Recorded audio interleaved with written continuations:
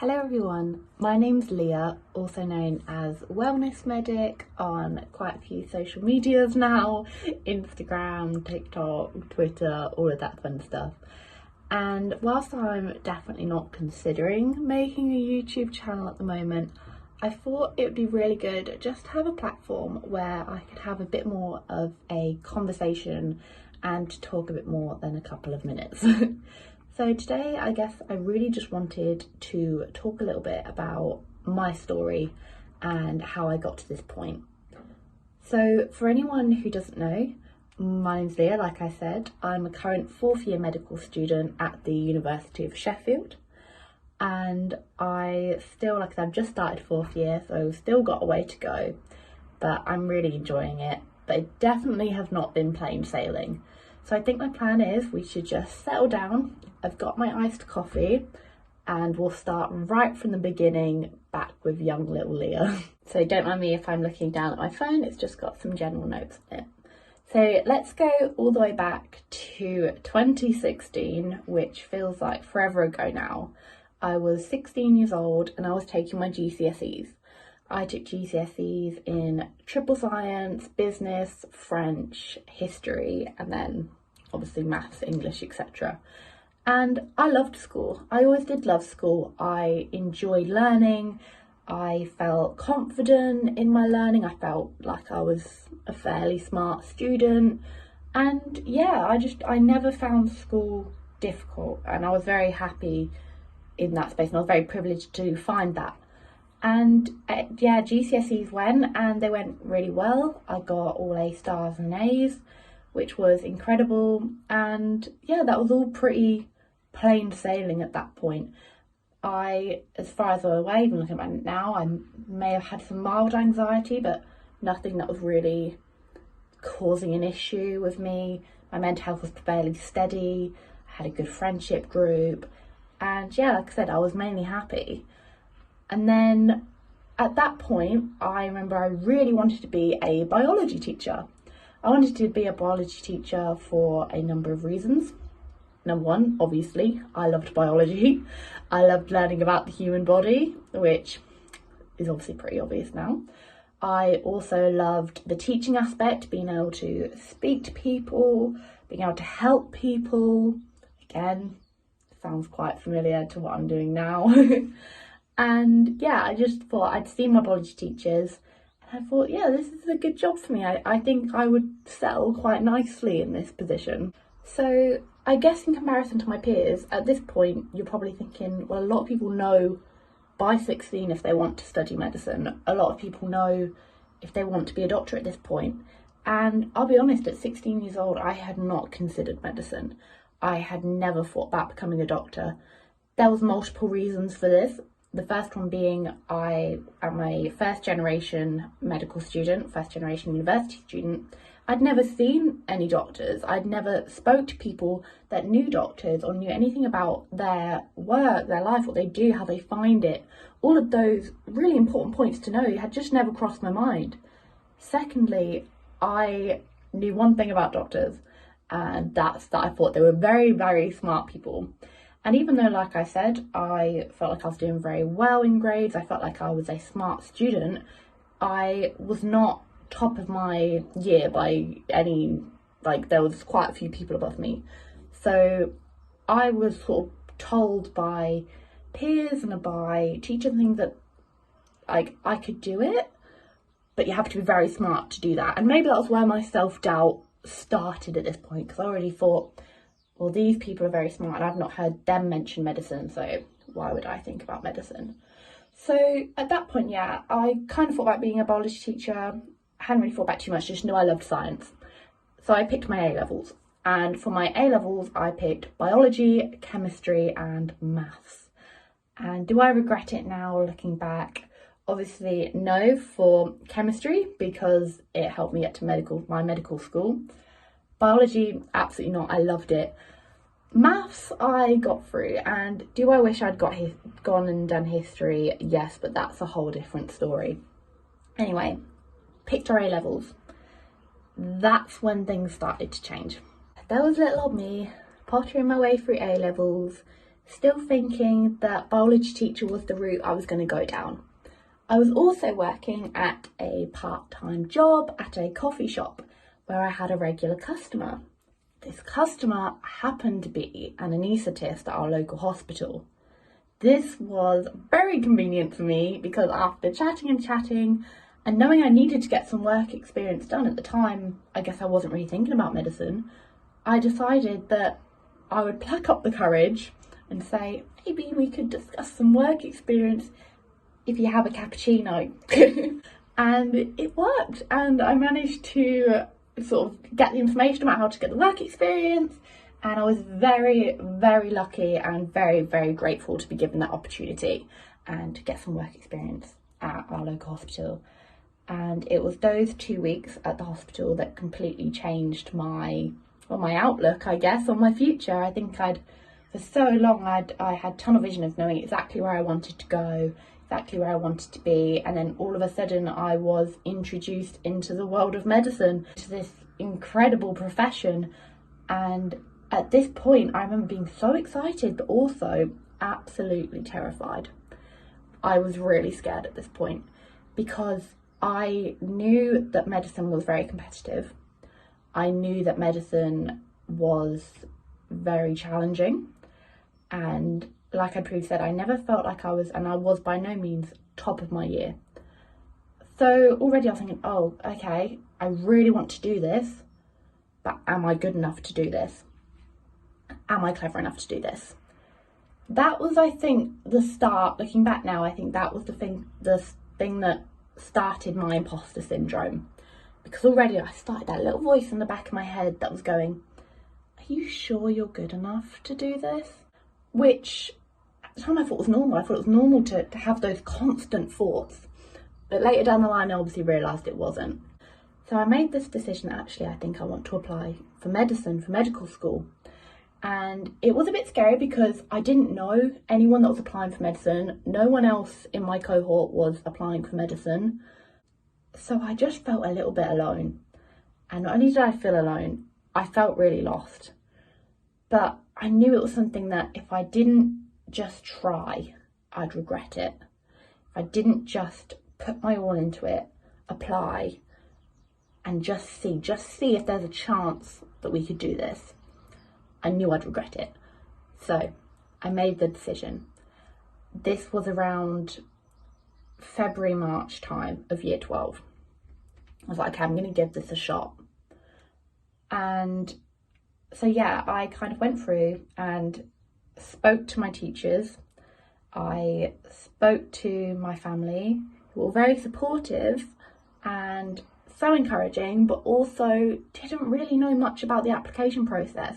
Like I said, no one in my family had a medical degree or was even in the healthcare profession, and my school hadn't had a medical student in years, so they didn't really know the process, which again made it very daunting. And I do remember literally sitting at my laptop with my dad and googling what to do to get into medical school, because that was the only thing I knew how to do.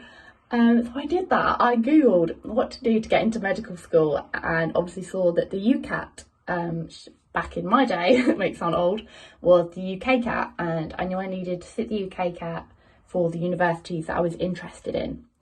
Now, picking my universities, I was also a little bit more limited, and I'll go into that now. Like I said, I'm a widening participation medical student.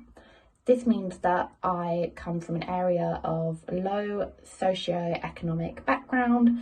I'm the first to go to university, and also there's quite a lot of different criteria I would recommend having a look at.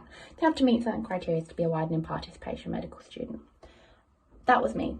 I was on a brilliant scheme called Realising Opportunities, which gave me the opportunity to apply to these medical schools, and if I got the offers from these medical schools, I would get a contextual offer, i.e. a reduced grade, which to me was just life-changing at this point, because I knew that I was struggling with chemistry. I knew that the likelihood of me getting 3 A's or 3 A stars was not 100% on the table. So I knew I wanted to apply to one of these universities. And that's when I made the decision that I was going to apply just to UCAT universities, RO UCAT universities, because I didn't want to put more stress on myself. I didn't want to put more pressure on myself by doing a BMAT and a UCAT. So I made the decision to do the UCAT because it gave me more options. Again, no one really knew how to go about revising for the UCAT. So I, again, got the laptop out, got on good old Google, how to revise for UCAT, or UKCAT back in the day. And I found the Medic portal, and I found lots of excellent free resources and realised an opportunity to run some free resources, and I used them because I didn't have the money to go on these really expensive courses, and nor would I recommend people to spend money on these really expensive courses because it's just not fair and we can't all afford them. You can get some excellent, amazing free resources out there. That's what I did. I did all of the free practice questions I could find, all of the free courses I could find, and I sat my UCAT at the end of summer, which went okay. It wasn't brilliant. It wasn't awful. If I remember rightly, I was in the decile just above the average. So I thought, you know what, that's really good, considering I had like no real understanding of how to do this test. It came out okay. I'd been to my open days and I knew where I wanted to go at this point, kind of like I knew where I was going to apply for. That was that. Okay, personal statement. Again, Google, how to write a medicine personal statement. Because I knew it had to be done early. I knew the deadline was earlier than my peers, which is really scary to think that you're having to get everything sorted before the majority of your friends, that there's certain ways to write medicine personal statements, there's certain things there's so much to the medical personal statement. But I remember being like, okay, I did volunteering over the summer. I was still working at my part-time job at the coffee shop, and I wrote all about that. And a lot of my personal statement was just me saying how passionate I was. And I obviously mentioned that I was a WP student. I talked about my volunteering, I talked about my work experience, got through the personal statement, had been to the open days and decided, right, these are the options I want to go for. Sheffield, Birmingham, Hull York Medical School and University of East Anglia. Now it came to the actual application. At this point, I was definitely still very nervous, but mainly actually optimistic, if I remember rightly. I had a little bit of imposter syndrome, but it wasn't overwhelming. It was manageable. But I think that all changed about 2 weeks before my application was meant to be sent off. My chemistry teacher came up to me. I'd been getting, in my last exam, I think I'd got B's.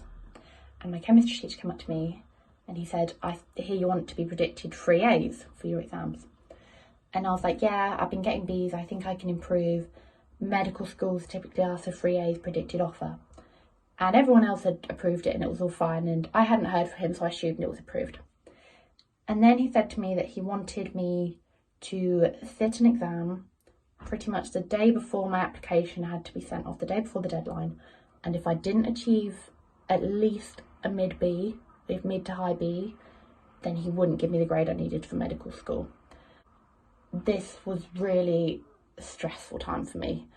And it was the first time I think that I'd really been hit with that anxiety and that overwhelming stress. And I remember walking down the corridor and I bumped into my biology teacher, and bless her, she was just amazing, because the second I got over there, she's just started to talk to me about class and I just broke down in tears. I broke down in tears. I couldn't breathe. The world felt like it was all falling down on me, and I was absolutely terrified, because all of a sudden I felt like that's it. You know, I have one shot the day before the deadline, and if not, then I've got to completely change my thought process to what I want to do with my future. I was absolutely terrified. She was incredible and always has been since then. She was absolutely incredible. She really helped me get through that tough time. Luckily, I didn't have to sit that exam. I showed through the rest of my classes, I showed through the rest of the questions, I showed through the rest of the practice questions that we did in class, that I was working at the grade that he wanted from me. And maybe my biology teacher had a word with him, but he did very, I want to say reluctantly, gave me an A. So I had 3 predicted grades, All came through. They were all A grades. Yes. Now for the application. And this wasn't necessarily scary. I was excited until I pressed send, and then I realised I'm going to have to tell everyone I've applied to medical school, which should be exciting.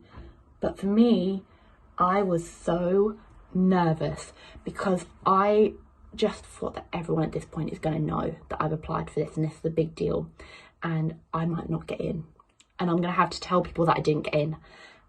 And that's scary. And looking back now, that's sad that I was so confident in my failure that I was already thinking, how am I going to tell people when I don't get an interview? How am I going to tell people when I don't get an offer? How am I going to tell people that I applied for medicine when my peers that were so much smarter than me hadn't? If they aren't going for it, why on earth did I think I was good enough to go for it?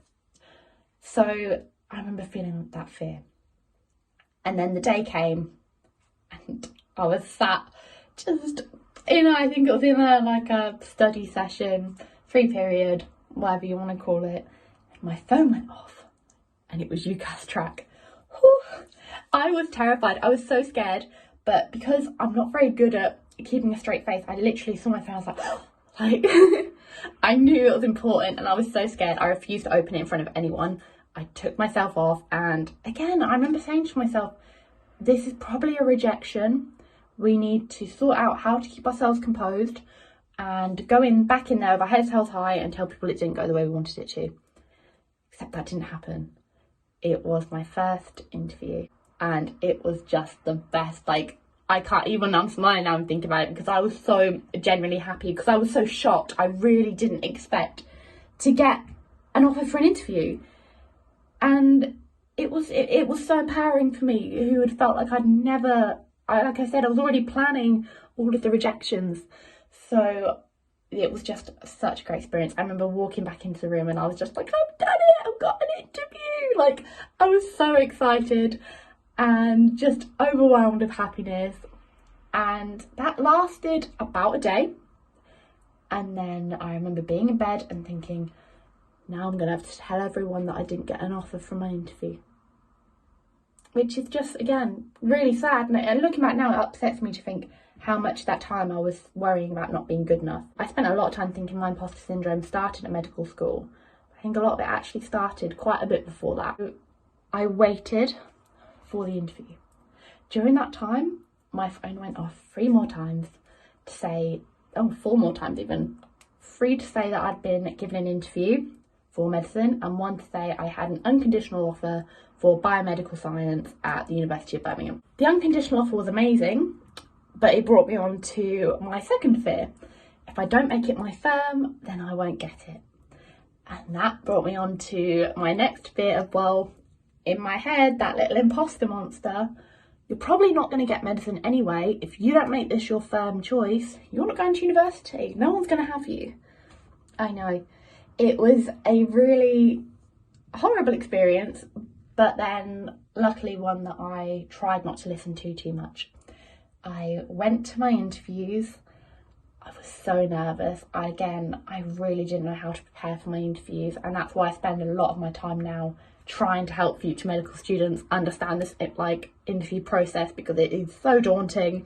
There's so much information out there, and that's exactly what I did. I did exactly what had worked before, hopped on Google, how to do a medical school interview, and looked at as many free resources as I could.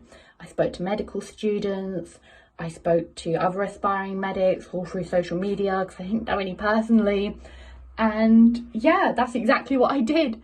And I went to my interviews, and I remember coming out, especially my Birmingham one, I remember coming out of Birmingham just feeling really deflated. Like, I don't belong. I just did not feel clever enough. These people around me were so inspirational and so intelligent and had all of these amazing qualities to make an amazing doctor. And I just saw myself and thought, what am I doing here? What have they seen in me? Because I don't understand.